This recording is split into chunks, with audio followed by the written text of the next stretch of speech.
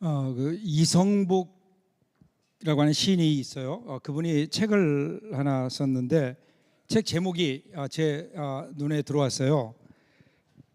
너의 고통은 나뭇잎 하나 푸르게 하지 못한다라는 제목이에요. 뭐라고요? 아시는군요. 저는 여러분들이 전혀 이해 못한 것 같아서 얼굴이. 그 책에 보면 이제 그런 내용이 나오거든요. 생각해봐라. 너의 고통은 나뭇잎 하나 푸르게 하지 못한다. 어떤 분이 그런 얘기했죠. 유명한 얘기, 아프니까 청춘이다 라고 얘기했는데, 이성복 씨는 그 책에서요, 고통을 참아낸다고 해서 뭐가 바뀌겠느냐는 거예요. 나뭇잎 하나 푸르게 하지 못한다. 그러니까 많은 사람들이 고통을 감내하는 것이, 고통을 잘 이겨내는 것이, 참아내는 것이 꽃을 피우고 열매를 맺기 위한 필수 과정이다, 그렇게 이야기해요. 맞아요. 그런 과정 없이 어떻게 우리가 꽃이 피고 열매를 맺을 수 있겠어요? 그런데 극심한 고통, 내가 감당할 수 없는 고통은 오히려 사람을 망가뜨리는 경우도 많이 있어요. 그래서 그 책에서 어떻게 얘기하는가 하면요, 우리에게 고통이 있는데 그 고통이 상처로 혹은 사람을 망가뜨리는 경험으로 남지 않으려면 단지 그냥 참는 것이 아니라 이야기해야 된다, 드러내야 된다라고 얘기하는 거예요. 혼자 불행을 오롯이 짊어지기보다 고통을 털어놓고, 그래서 그 고통과 어느 정도 거리를 둘 때 그때 행복이 설 자리가 있다. 그래서 그런 얘기예요. 이야기된 불행은 불행이 아니다. 그러므로 행복이 설 자리가 생긴다. 여러분, 앞에 있는 꽃이 있잖아. 이 꽃을 그리려면 어떻게 돼요? 꽃 속으로 들어가면 꽃을 그릴 수 없어요. 꽃으로부터 거리를 두어야 돼요. 그래서 꽃을 객관화시켜야 꽃을 그릴 수 있거든요. 마찬가지로 오늘 우리도 불행이 우리에게 찾아올 때 불행으로부터 어느 정도 거리를 두어야 되는데, 어떻게 거리를 둘 수 있는가? 누군가와 더불어 나의 고통에 대해서 이야기할 때 그때 어느 정도 고통이 객관화될 수 있고, 나의 고통이, 그리고 그 고통과 나 사이에 간격이 생기고 거기에 행복이 생길 수 있다라는 거예요. 좀 어렵게 얘기했는데 이런 거예요. 그렇지 않나요? 여러분이 고난이 있어요? 문제가 있어요? 그러면 여러분, 만일에 누구에겐가 이 이야기를 할 수 있다면, 누군가 나의 이야기를 듣고 나의 아픔을, 나의 문제를 공감해 줄 수 있다면, 그러면 여러분, 우리가 위로가 되지 않을까요? 그러면 그 고난이 힘들어도 이겨낼 수 있는 힘이 거기에 있다고요. 그래서 이야기된 불행은 불행이 아니다. 자, 문제는요, 우리가 누구에겐가 나의 문제, 고난을 이야기했어요. 그래서 위로를 받을 때도 있지만, 문제는 위로가 되는 것이 아니라 오히려 내가 이야기한 것 때문에 더 큰 상처를 받을 때도 있다고요. 돌고 돌아서 나중에 나에게 정말 감당할 수 없는 상처로 나에게 돌아올 때도 있어요. 그래서 혼자 참는 것보다 못하다, 그렇게 생각될 때도 있거든요. 자, 그럼에도 불구하고 우리가 가지고 있는 불행을 누군가와 나눌 수 있다면, 그럼 우리는 이 불행을 이겨낼 수 있는 힘이, 위로가 그 가운데 있을 거라고요. 중요한 건 누구와 나누느냐는 거예요. 누구와 나누는 거냐. 우리에게 불행이 올 때, 고난이 올 때, 만일에 우리의 이 고난을 하나님과 나눌 수 있다면, 하나님께 이야기할 수 있다면, 하나님께 이야기하는 것을 우리 신앙 용어로 뭐라고 얘기하죠? 기도, 그렇게 얘기하는 거예요. 기도가 어려운 거 아니잖아요. 하나님께 나의 문제를 이야기하는 것으로 시작해요. 그래서 하나님께 이야기된 불행, 내가 하나님께 기도한 고난, 더 이상 불행이 아니고 고난이 아닐 수 있어요. 왜냐하면 하나님께서 우리의 기도를 들으시고 그때부터 우리의 고난, 우리의 문제 가운데 하나님이 개입하시거든요. 그럼 거기에는 우리가 알지 못했던 새로운 출구가 열리는 거예요. 오늘 본문에도 지금 그 이야기가 나와요. 히스기야 왕의 이야기예요. 오랜만에 좋은 왕이 나왔어요. 그동안 우리가 열왕기 상하를 보면 전부 어떻게 그렇게 나쁜 왕들만 많은지, 우리나라만 그런 게 아니에요. 보니까 이 왕들이 나쁜 왕들이 너무 많은데 그 가운데 특별히 히스기야라고 하는 사람은 하나님께서 인정한 사람이에요. 다윗 이후에 가장 다윗에 가까운 사람 히스기야예요. 그가 25살에 왕이 되거든요. 그가 왕 돼서 뭐 했는가 하면 그의 아버지 때에 이루어 놓은 모든 우상들을 싹 없애요. 산당, 전에 제가 말씀드렸죠. 산당 제사를 금해요. 산당을 없애요. 우상에게 섬기는 모든 제단을 부숴버려요. 우상 숭배를 싹 없애요. 종교 개혁을 이룬 거예요. 그러니까 하나님 보실 때 하나님 마음이 너무 시원한 거예요. 그래서 하나님께서 그와 함께 하세요. 그가 하는 일보다 복을 주세요. 그래서 블레셋과의 싸움에서도 영토를 넓혀가고 국가가 점점 안정되어 가는 거예요. 자, 그럼에도 불구하고 그가 왕위에 올랐을 때 그의 주변 환경을 보면 어지러웠어요. 고대 근동의 격변기였다고요. 인류 역사에 최초로 소위 말하는 대제국이 등장해요. 아시리아라고 하는 제국이 메소포타미아 문명에서 자라나가지고요, 이제는 힘을 키우면서 점차 고대 근동을 다 점령해 오는 거예요. 정복한 거예요. 그래서 가장 인류 역사에서 첫 번째로 가장 큰 제국을 이루는 제국 중에 하나가 되는 거예요. 이러한 제국의, 아시리아 제국의 이 정복 전쟁 앞에 드디어 북이스라엘이 멸망해요. 지금 남유다와 지금 이스라엘이 남과 북으로 나뉘어져 있잖아요. 북쪽 이스라엘이 아시리아에 의해서 멸망해요. 이게 히스기야 4년의 일이에요. 히스기야가 왕이 된 지 4년 만에 일어난 일이에요. 그러니까 여러분 생각해 보세요. 자, 이제 북쪽에서 내려오는데 북이스라엘이 멸망했어요. 그동안은 그래도 북이스라엘이 막고 있어서 아시리아가 쉽게 들어오지 못했는데 북이스라엘이 무너졌어요. 그러면 어떻게 해요? 남유다에 이르는 길이 열린 거예요. 남유다가 위험해진 거예요. 이제는 전쟁의 그 위험 앞에 그대로 드러날 수밖에 없는, 그래서 드디어 히스기야 14년, 정확히 10년 후에 아시리아의 왕인 사네립이 대군을 이끌고 좀 쳐들어오는 거예요. 그 당시에 그들의 가지고 있는 국력으로 보면 비교가 안 돼요. 그들이 예루살렘을 둘러쌌어요. 함락은 시간 문제예요. 아무리 생각해도 방법이 없어요. 그래서 히스기야 왕이 그 사신을 보내서 항복해요. 화친을 청해요. 그랬더니 아시리아 왕이 무엇을 요구할까요? 공격을 멈추는 대가로 은 300달란트, 금 30달란트를 조공으로 바치라고 요구합니다. 이게 얼마인지는 잘 모르겠어요. 제가 계산을 잘 못해요. 이게 얼마인지 모르지만 분명한 거는요, 이스라엘이 남유다가 그것을 조달을 못해요. 나라에 있는 모든 금과 음을 다 동원해도 이것을 조달하지 못하는 거예요. 그래서 오늘 성경에 보면 어떻게 해요? 히스기야가요, 그가 사실은 성전을 다시 재건하면서 성전 문과 성전 기둥에 금으로 다시 입혔거든요. 그거를 다 뜯어내서 보내야 돼요. 그러니까 그 정도로 많은 양인 것 같아요. 굴욕스러운 일이었지만 어떻게 할 방법이 없어요. 그렇게 안 하면 나라가 망할 판이에요. 그런데 그것을 받고도 사네립은, 이 아시리아 왕은 공격을 멈추지 않아요. 위기예요. 그러니까 어떻게, 그때 비로소 히스기야가 하나님 앞에 나가요. 여기서 오늘 본문이 시작되는 거예요. 19장 1절이 시작돼요. 제가 성경을 읽으면서 그런 생각했어요.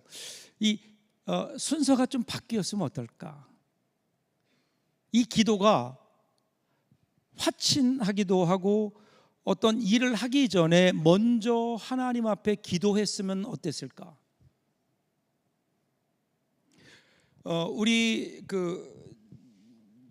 우리나라에서 내려오는 말 중에 진인사 대천명이라는 말이 있어요. 진인사 대천명. 사람이 할 수 있는 일을 다 하고 그 다음에 하늘의 뜻을 기다린다. 게으르지 말고 자신이 할 수 있는 최선을 다한다라는 의미에서는 굉장히 중요한 말이에요. 우리가 이 말이 맞는 것 같아요. 그러나 신앙적인 면에서 보면 다 맞지 않아요. 하나님의 뜻을 묻지 않고 자신이 어떤 일을 하기 전에, 자신이 일을 다 벌리기 전에 먼저 묻는 게 필요해요. 하나님 앞에 묻는 게 문제. 지인 인사하기 전에, 일을 시작하기 전에 먼저 하나님께 물어야죠. 그리고 일을 하는 동안에도 하나님 앞에 기도해야 되지 않아요? 일을 끝내면서도 끝내게 하신 하나님 앞에 감사의 기도를 드려야 되는데, 그래서 여러분, 사람의 최선보다 기도가 앞서야 되는데, 오늘 우리의 삶을 보면 이 순서가 바뀌지 않았나요? 기도보다 앞서는 게 너무 많아요. 기도보다 앞서는 게 너무 많아요. 기도보다 앞서지 않아야, 기도가 가장 앞에 있어야 여러분, 우리 삶이 하나님의 뜻대로 운행되지 않을까요? 자, 오늘 본문 보세요. 이렇게 모든 일을 다 해본 다음에 안 되니까 이제 히스기야가 하나님 앞에 가요. 지금이라도 잘하는 거예요. 왜냐하면 끝까지 안 가는 사람도 있거든요. 1절 보세요. 히스기야 왕이 듣고 그 옷을 찢고 굵은 배를 두르고 여호와의 전에 들어가서, 이제 모든 일들을 화해도 해보고 외교적으로 풀어보려고 노력도 하고 다 한 다음에 안 됐어요. 그러니까 이제 그제서야 하나님을 향하여 창을 열어요. 그리고 하나님 앞에 나가요. 성전으로 들어가요. 성전에 들어가서 기도하는 가운데 그의 머리에 떠오르는 한 사람이 있어요. 누굴까요? 이사야 선지자예요. 이사야 선지자가 그때 하나님이 세우신 선지자였거든요. 그러니까 이사야 선지자를 떠올리면서 이사야 선지자에게 사람들을 보내요. 그래서 이렇게 얘기해요. 3절에 보면 그들이 이사야에게 이르되 히스기야의 말씀이 오늘은 환난과 징벌과 모욕의 날이라 아이를 낳을 때가 되었으나 해산할 힘이 없도다. 아주 어려운 얘기를 해요. 이 말씀을 조금 들여다보면 이런 거예요. 여기 히스기야 왕이 지금 이사야 선지자에게 사람을 보내면서 이렇게 얘기하라 그래요. 첫 번째가 뭐냐면 환난과 징벌과 모욕의 날이다라는 거예요, 오늘이. 근데 여기 나오는 세 단어, 환난, 징벌, 그리고 모욕, 이 단어들이 성경에 쓰인 용례들을 한번 살펴보면요, 모두가 다 하나님께 불순종했을 때 받는 징계와 관련되어서 나와요. 그러니까 히스기야가 지금 눈에 보는 것은 보는 게 다가 아닌 거를 이제 아는 거예요. 지금까지는 어떻게 생각했는가 하면요, 지금 들어오는 지금 이 아시리아가 공격해 오는 것을 정치적인 면에서만 보았어요.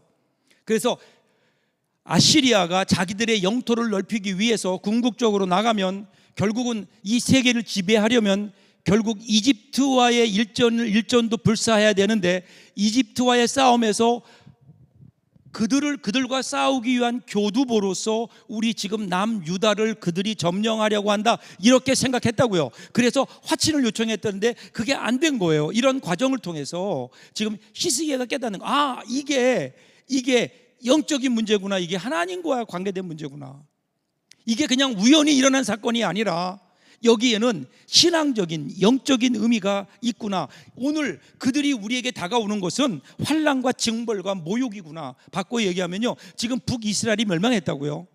그들이 멸망한 이유가 뭐예요? 우상 숭배한 거예요. 하나님께 순종하지 않은 거예요. 자, 그러면 우리 남유다는 어떠냐는 거예요. 남유다도 똑같아요. 다를 게 별로 없어요. 히스기야 왕도 신앙적인 모습을 보여주지 못했잖아요. 지금은. 그래서 그가 그 앞에 회개하는 거예요. 회개하면서 하나님, 오늘 이제야 알겠습니다.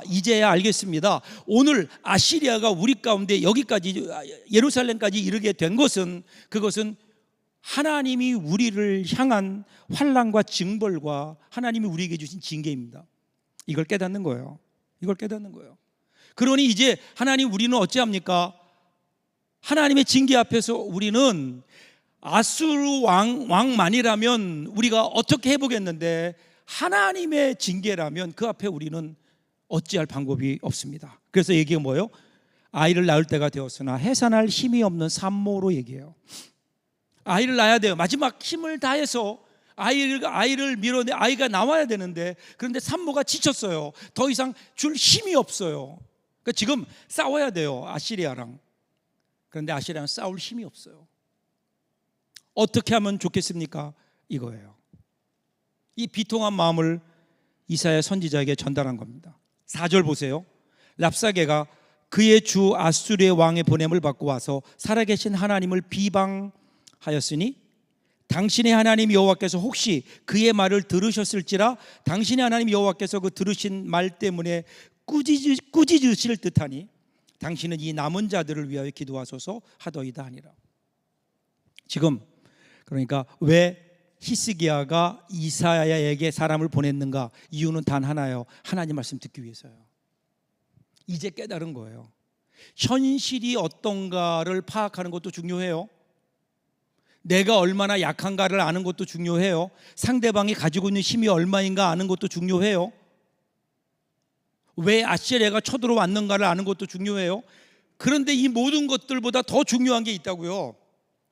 하나님의 뜻이 어디 있는가? 오늘 내가 당하는 이 삶의 문제 가운데, 이 아시레가 공격해오는 문제 가운데 과연 하나님의 뜻은 어디 있는가? 하나님은 이 일에 대해서 어떤 생각을 가지고 계시는가? 하나님의 말씀은 무엇인가? 여기에 집중하는 거예요. 그래서 그가 이사야에게 사람을 보내요. 하나님이 우리에게 뭐라고 말씀하십니까? 묻는 거예요. 하나님의 답을 구하는 히스기야에게 하나님은 이사야를 통해서 이렇게 말씀하세요. 6절이에요. 6절 같이 한번 읽어볼까요? 6절 같이 읽습니다. 이사야가 그들에게 이르되 너희는 너희 주에게 이렇게 말하라. 여호와의 말씀이 너는 아수르 왕의 신복에게 들은 바 나의 모욕하는 말 때문에 두려워하지 말라. 지금 히스기야가 히스기야가 전한 말을 들은 이사야가 뭐라고 얘기하는가 하면요, 너희들 지금 여호와를 모욕하는 말 때문에 너희들이 두려워하지 마라, 이런 얘기예요. 이 두려워하지 말라라는 얘기를 조금 더 쉽게 풀면요, 속지 마라 그런 거예요. 왜 속지 말라 그런 줄 아세요? 거짓말이에요. 지금 거짓말에 속고 있다는 거예요. 왜 그럴까요? 여러분 전장에 보면 그 랍사게가 18장에 보면 하나님을 비방해요. 하나님, 그들이 여기에 온 목적을 얘기하면서 하나님을 비방하는데 어떻게 얘기하는가 하면 이렇게 얘기해요. 먼저 여호와 하나님이 너희를 지켜줄 것이라고 너희들이 믿고 있는데 그 말도 안 된다는 거예요. 왜 그런가 하면 히스기야가 그동안 너희들이 하나님 앞에 제사 지내고 기도했었던 산당을 다 없앴다는 거예요. 모든 제단을 다 없앴다는 거예요. 그러니 너희들이 하나님께 기도하고 하나님께 도우심을 구해야 되는데 어디서 할 거냐는 거예요. 제단과 산당이 다 무너졌는데, 히스기야가 다 없앴는데 이제 너에게 남은 거 단 하나, 예루살렘 성전인데 그건 무너질 거야. 그러면 너희가 하나님의 도우심을 구하고 싶어도 구할 곳이 없지 않느냐, 조롱하는 거예요. 거짓말이라고. 이게 왜 그럴까요? 지금 히스기야가 그 일을 한 이유는 뭐예요? 하나님을 온전히 섬기기 위해서예요. 그래서 그렇죠? 우상을 완전히 무너뜨린 거 아니에요? 산당 제사를 없앤 거예요. 왜요? 신앙의 순수성을 회복하기 위해서. 근데 지금 랍사게가요, 그것을 교묘하게 바꾸어서 그럴듯하게 이야기하는 거예요. 거짓말. 그렇지 않잖아요. 또 하나는요, 지금 여기에 우리가 여기까지 온 거 보면 모르겠느냐? 하나님이 허락하신 일이라는 거예요. 이게 하나님이 너희들 유다를 멸망시키기로 작정하셨다는 거예요. 이것도 거짓말이에요. 그런데 왜 그렇게 얘기하는 줄 아세요? 지금 북이스라엘이 무너졌잖아요. 너희 형제의 나라인 북이스라엘도 하나님을 섬기지 않았느냐? 그런데 하나님이 그들을 무너뜨리셨다. 그들이 무너짐을 허락하셨다. 너희들도 별반 다르지 않다. 내가 볼 때 너희들도 무너질 거라는 거예요. 하나님이 너희도 포기하셨다는 거예요. 이 거짓말. 그런데 이 거짓말이 사람들의 마음속에는요, 그럴듯하게 들리는 거예요. 여러분, 이 거짓 영들, 이 사탄이 아주 교묘하게 비틀어요. 그래서 우리로 하여금 그 말에 미혹되게 만드는 거예요. 여러분, 사탄이 이거 전공이에요. 여러분, 이 세상에서요, 가장 그럴듯하게 내 마음에 맞게 이야기하는 사람들이 누군 줄 아세요? 일부 예배 때 제가 이 질문을 했더니 목사님 그러더라고요. 누가? 아니에요. 사기꾼들이에요. 여러분, 사기꾼들이 우리가 왜 사기에 넘어갈까요? 그럴듯해요. 근데 왜 그럴듯할까요? 내 마음속이 원하는 바예요. 내 마음이 원하는 바예요. 내가 듣기를 원하는 이야기예요. 그러니까 그 거짓말이 우리 가운데 들어올 때 내가 원하는 바야, 내 욕심이 거기에 반응해요. 그러니까 어떻게 해요? 그게 진짜처럼 들리는 거예요. 귀에 쏙쏙 들어와요. 여러분, 귀에 잘 들어온다고 진리가 아니에요. 하나님 말씀은요, 우리 귀에 그럴듯한 말씀이 아니에요. 우리가 우리의 마음을 열고 진지하게 하나님 앞에 엎드려서 주님 말씀하시옵소서, 주의 종이 듣겠나이다, 진지함으로 듣지 않으면 들을 수 없는 게 주님의 말씀이에요. 그리고 때로 우리가 우리 귀에 들려올 때도 우리의 마음과 맞지 않기 때문에 우리가 그 말을 부담스러워하는 그 말일 수도 있다고요. 거짓의 영은 오늘도 우리의 귀를 만족시키며 우리를 유혹해요.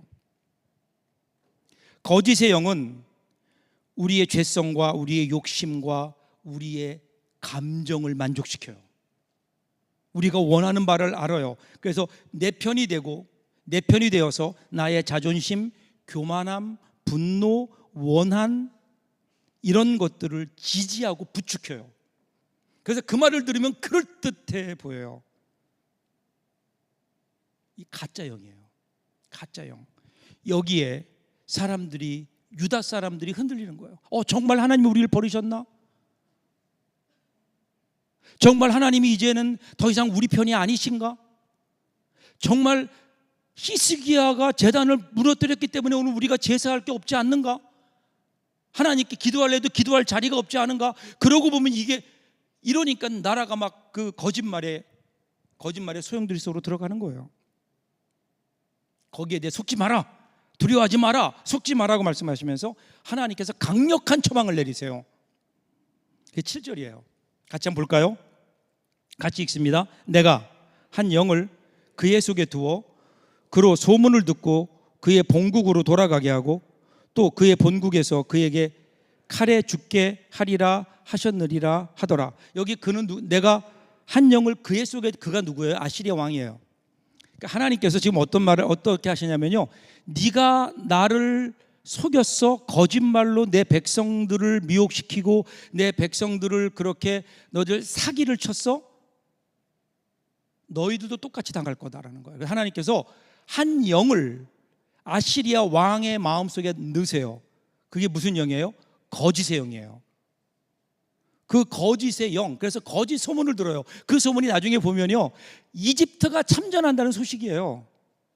그래서 그 이유 때문에 결국 그는 발걸음을 돌리게 되고 발걸음을 돌려서 본국으로 돌아가요. 본국으로 돌아갔다가 거기서 암살당해요. 그러니까 지금 하나님께서 보여주시는 거예요. 거짓말이라는 거예요. 거짓말에 속으면 이렇게 된다는 걸 보여주시는 거예요. 그래서 하나님은 제발 거짓 영의 미혹에 넘어가지 말라라고 하는 거예요. 오늘 우리의 삶을 보면 우리를 미혹하는 거짓의 영들의 이야기가 얼마나 많나요? 근데 그 이야기를 들으면요, 내 마음에 딱 맞아요. 맞는 것 같아요. 왜냐하면 내 안에도 그런 원함이 있거든요. 여러분, 내가 원하는 걸 듣는 게 하나님 말씀이 아니에요. 하나님의 뜻이 어디 있는가를 들어야 돼요. 지금 하나님께서 그렇게 말씀하시는 거예요. 자, 그 위에 어떻게 된 줄 아세요? 9절 보면요, 아수르 왕은 구스 왕 다르하가가 당신과 싸우고자 나왔다함을 듣고 다시 히스기야에게 사자를 보내며 이르되, 랍사게가 다시 돌아가다가 그의 그 왕을 만나요. 근데 왕이 본국에 있는 줄 알았는데 왕이 지금 림나라고 하는 곳에 와서 전투를 벌이고 있는 거예요. 그래서 그들을 만나요. 만나서 합류해요. 어떻게 할까 의논하는데 갑자기 한 소식이 들리는 거예요. 그 소식이 뭐예요? 구스 왕 다르하가가 참전한다라는 거예요. 거짓 소식이에요. 하나님이 그에게 거짓 정보를 주시는 거예요. 여기 나오는 구스 왕이랑, 구스는요 오늘날의 이디오피아예요. 그럼 이디오피아는 이집트 밑에 있는 나라거든요. 그 당시에는 이디오피아가 이집트를 점령했던 시기예요. 그러니까 사실 여기는 구스 왕이 아니라 이집트의 왕이 맞아요. 이집트를 다스리는 왕이에요. 그 왕이 지금 주둔 전쟁에 참여한다는 거예요. 그 당시에 아시리아를 대적할 수 있는 유일한 나라 대제국, 그것은 이집트밖에 없었거든요. 그러니까 이집트가 참전한다 이러면 이게 얘기가 달라지는 거예요. 전세가 역전될 수도 있어요. 그러니까 속전속결로 끝내야 돼요. 그래서 랍사게를 다시 보내요. 그래서 히스기야를 핍박하는 거예요. 협박하는 거예요. 그게 10절 11절이에요. 너희는 유다의 왕 히스기야에게 이같이 말하여 이르기를 내가 믿는 내 하나님이 예루살렘을 아수르 왕의 손에 넘기지 아니하겠다 하는 말에 속지 말라. 아수르의 여러 왕이 여러 나라에 행한 바 진멸한 일을 내가 들었나니 내가 어찌 구원을 얻겠느냐. 다시 한번 가서 압박하는 거예요. 야, 하나님이 너희들 구원 안 해. 그리고 너 잘 봐. 지금까지 우리 아수르가 아시리아가 내려오면서 한 번도 패한 적이 없어. 그때마다 그 나라를 지킨다는 신들이 있었는데, 그런데 그 신들이 과연 우리로부터 그들을 구해냈느냐? 아니라는 거예요. 다 몰살했다는 거예요. 너희도 마찬가지다. 이스라엘이 멸망했듯이, 북이스라엘이 멸망했듯이 너희 남유다도 멸망한다. 압박하는 거예요. 압박. 그러니까 이때 히스기야가 다시 성전에 올라가요. 그게 오늘 읽었던 14절이에요. 같이 한번 읽을까요? 14절 같이 읽습니다. 히스기야가 사자의 손에서 편지를 받아보고 여호와의 성전에 올라가서 히스기야가 그 편지를 여호와 앞에 펴놓고 그 앞에서 히스기야가 기도하여 이르되. 히스기야가 다 성전에 올라가는데 이번에는 지난번과 좀 다른 게 랍사게가 아시리아 왕이 보낸 편지를 가지고 올라가요. 편지 두루마리거든요. 그거를 하나 앞에 펴놔요. 이게 무슨 의미일까요? 왜 펴놨을까요? 하나님 보시라는 거예요. 하나님 보십시오. 그러니까 히스기야는 지금 자기가 처한 상황을 하나님이 보고 계심을 아는 거예요. 하나님이 보고 계세요. 알고 계세요. 그러니까 하나님 앞에 그것을 펴놓는 거예요. 그리고 그가 뭐라고 고백하는 줄 아세요? 15절 16절 보면요, 그룹들 위에 계신 이스라엘의 하나님 여호와여 주는 천하만국의 홀로 하나님이시라. 주께서 천지를 만드셨나이다. 여호와여 귀를 기울여 들으소서. 여호와여 눈을 떠서 보시옵소서. 사내립이 살아계신 하나님을 비방하여 보낸 말을 들으시옵소서. 히스기야가 하나님께 맡겨요. 그리고 기도하기 시작해요. 그런데 그 기도의 내용을 보세요. 기도가 뭐냐면 하나님, 우리가 죽게 생겼습니다. 우리를 구원해 주세요 라고 하는 기도가 아니에요. 주어가 하나님이에요. 하나님을 얘기해요. 하나님을 바라보며 하나님이 천지를 만드신 분 아닙니까? 지금까지 아시리아의 그 무기 앞에 무너졌던 모든 다른 나라들, 그리고 그 나라들이 믿고 있는 그 신이 무너진 이유는 우상이기 때문 아닙니까?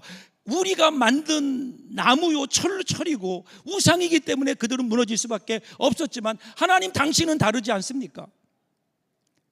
하나님은 진짜 하나님이시잖아요. 하나님 온 우주를 창조하신 분이시잖아요. 온 천하를 주관하시는 하나님이시잖아요. 오늘도 우리의 문제를 관심 있게 보시며 우리의 삶에 역사하셔서 우리를 구원하시는 하나님 아니십니까? 하나님의 하나님 되심을 보여주십시오. 19절 마지막에 이렇게 고백해요. 같이 한번 읽어볼까요? 19절, 우리 하나님 여호와여 원하건대 이제 우리를 그의 손에서 구원하옵소서. 그리하시면 천하 만국이 주 여호와가 홀로 하나님이신 줄 알리이다 하니라. 하나님이 진짜 하나님, 홀로, 다른 우상들 아니라는 거예요. 하나님. 여러분, 지금 히스기야가 어떻게 시작했어요? 하나님 나 죽겠습니다 이렇게 시작한 거예요. 다른 방법이 없어요.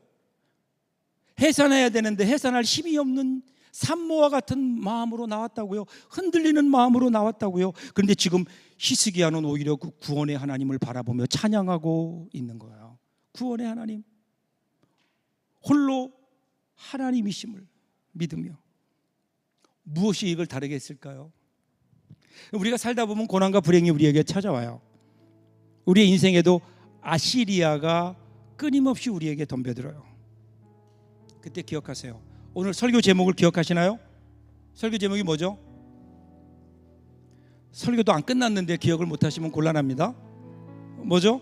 이야기된 불행은 불행이 아니다. 다 같이, 이야기된 불행은 불행이 아니다. 기도하는 순간 하나님께 이야기하는 순간 우리의 문제는 더 이상 문제가 아니에요. 근데 오늘 우리의 기도가 묶여 있어요. 이거 다 알아요. 그런데 기도하나요? 우리의 기도가 묶여 있어요. 왜 그럴까요? 우리의 생각에 묶여 있어요. 기도하지 못하니까 우리 그리스도인들이 약해져요. 문제 앞에 무너져요. 교회도 작은 문제 앞에 그냥 교회가 흔들려 버리는 거예요. 이유가 뭐예요? 기도하지 않아서 그래요. 하나님께 이야기하지 않아서 그래요. 어느 고난이 오든지 어떤 문제가 있든지 하나님 앞에 이야기된 문제는 더 이상 문제가 아닌데 하나님 앞에 그거 못한다고요. 여러분, 하나님이 뭐 대단한 거 원하시는 거 아니잖아요. 성경이요, 하나님은 한 번도 우리에게 너 이 문제 해결해야 돼, 네 지식으로 이 문제 풀어, 하나님이 이렇게 말씀하신 적이 한 번도 없다고요. 뭐라고 말씀하세요? 그냥 기도해라, 나에게 이야기해라. 이게 여러분 하나님께서 우리에게 원하시는 단 하나 아니에요? 근데 왜 우리는 그걸 못할까요? 왜 기도 못할까요? 할 수 있는 거 하라고 하시는데 왜 기도 못할까요? 우리의 기도가 묶여 있어요. 내 생각에 묶여 있어요. 사탄의 거짓말에 묶여 있어요. 그래서 그것만 바라보다가 정작 기도해야 될 하나님은 바라보지 못하고 있는 것 아닌가? 요한복음 14장 12절에서 우리 예수님이 이렇게 말씀하세요. 내가 진실로 진실로 너에게 이르노니 나를 믿는 자는 내가 하는 일도 할 것이요 또한 그보다 큰 일도 하리니. 여러분 믿으세요? 이 말을, 이 말씀을? 우리가요 예수님이 하셨던 일을 할 수 있다는 거예요. 아니 그보다 더 큰 일도 할 수 있다는 거예요. 근데 오늘 우리에게는 왜 이런 일들이 없을까요? 우리의 기도가 묶여 있어요. 묶여 있어요. 내 생각에 묶여 있다고요. 환경에 묶여 있다고요. 기도를 해방시켜야 돼요. 우리의 생각을 뛰어넘어서 우리를 향하여 하나님이 어떤 생각을 가지고 계신지, 어떤 뜻을 가지고 계신지 그 앞으로 뛰어나가야 돼요. 그게 기도예요. 기도함으로 우리는 내 생각을 뛰어넘는 거예요. 나의 세계를 뛰어넘는 거예요. 그래서 하나님의 세계를 향해 나아가는 거라고요. 여러분 이 결단이 저와 여러분들에게 있기를 바라요. 기도보다 앞서면 안 돼요. 우리의 결정이 기도보다 앞서면 안 돼요.